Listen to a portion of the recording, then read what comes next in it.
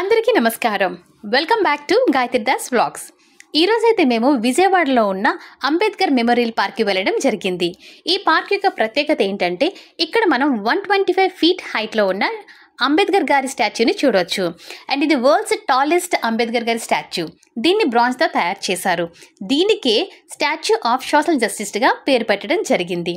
And పక్కనే ఉన్న wall మీద కొన్ని వుడెన్ స్కల్ప్చర్స్ కూడా ఉన్నాయి. మన చరిత్రలో జరిగిన కొన్ని ఇంపార్టెంట్ సంఘటనలు తీసుకొచ్చి ఈ స్కల్ప్చర్స్ మీద మనకి ప్రెజెంట్ చేశారు. అండ్ అలానే లోపల ఒక మినీ థియేటర్ ఉంది. ఈ మినీ థియేటర్లో అంబేద్కర్ గారి యొక్క పూర్తి లైఫ్ స్టోరీని, అంటే ఆయన బాల్యం నుంచి చివరి వరకు కూడా ఆయన లైఫ్ స్టోరీని డాక్యుమెంటరీ రూపంలో, ఫోటో గ్యాలరీ రూపంలో కూడా మనకి ఇక్కడ ప్రజెంట్ చేశారు.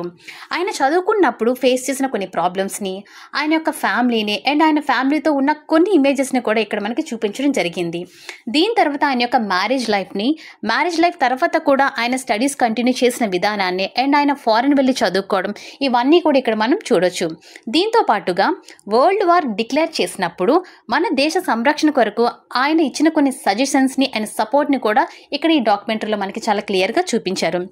అండ్ దీంతో పాటుగా ఆయన యొక్క పొలిటికల్ జర్నీ స్టార్ట్ చేసిన తర్వాత ఆయన ఎదుర్కొన్న కొన్ని ఒడిదుడుకులను కూడా ఇక్కడ మనకి చూపించారు. అండ్ కాన్స్టిట్యూషన్ అసెంబ్లీ మీటింగ్ని కూడా, ఆ మీటింగ్ జరిగిన సంఘటనని ఇక్కడ మనకి గ్రూప్ ఆఫ్ స్టాచ్యూగా చాలా క్లియర్గా చూపించారు. అండ్ ఇది చాలా రియలిస్టిక్గా కూడా ఉంది. ఒక 20 to 30 మినిట్స్లో అంబేద్కర్ గారి యొక్క పూర్తి లైఫ్ స్టోరీని ఇక్కడ మనం క్లియర్గా తెలుసుకోవచ్చు. అండ్ ఇది చాలా ఇన్ఫర్మేటివ్ కూడా. దీని ఎంట్రీ టికెట్ కేవలం ₹5 మాత్రమే.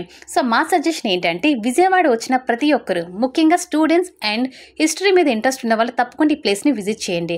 అండ్ ఈ వీడియో మీకు నచ్చినట్టయితే లైక్ చేసి షేర్ చేయండి అండ్ మా ఛానల్ని సబ్స్క్రైబ్ చేసుకోండి. Thanks for watching.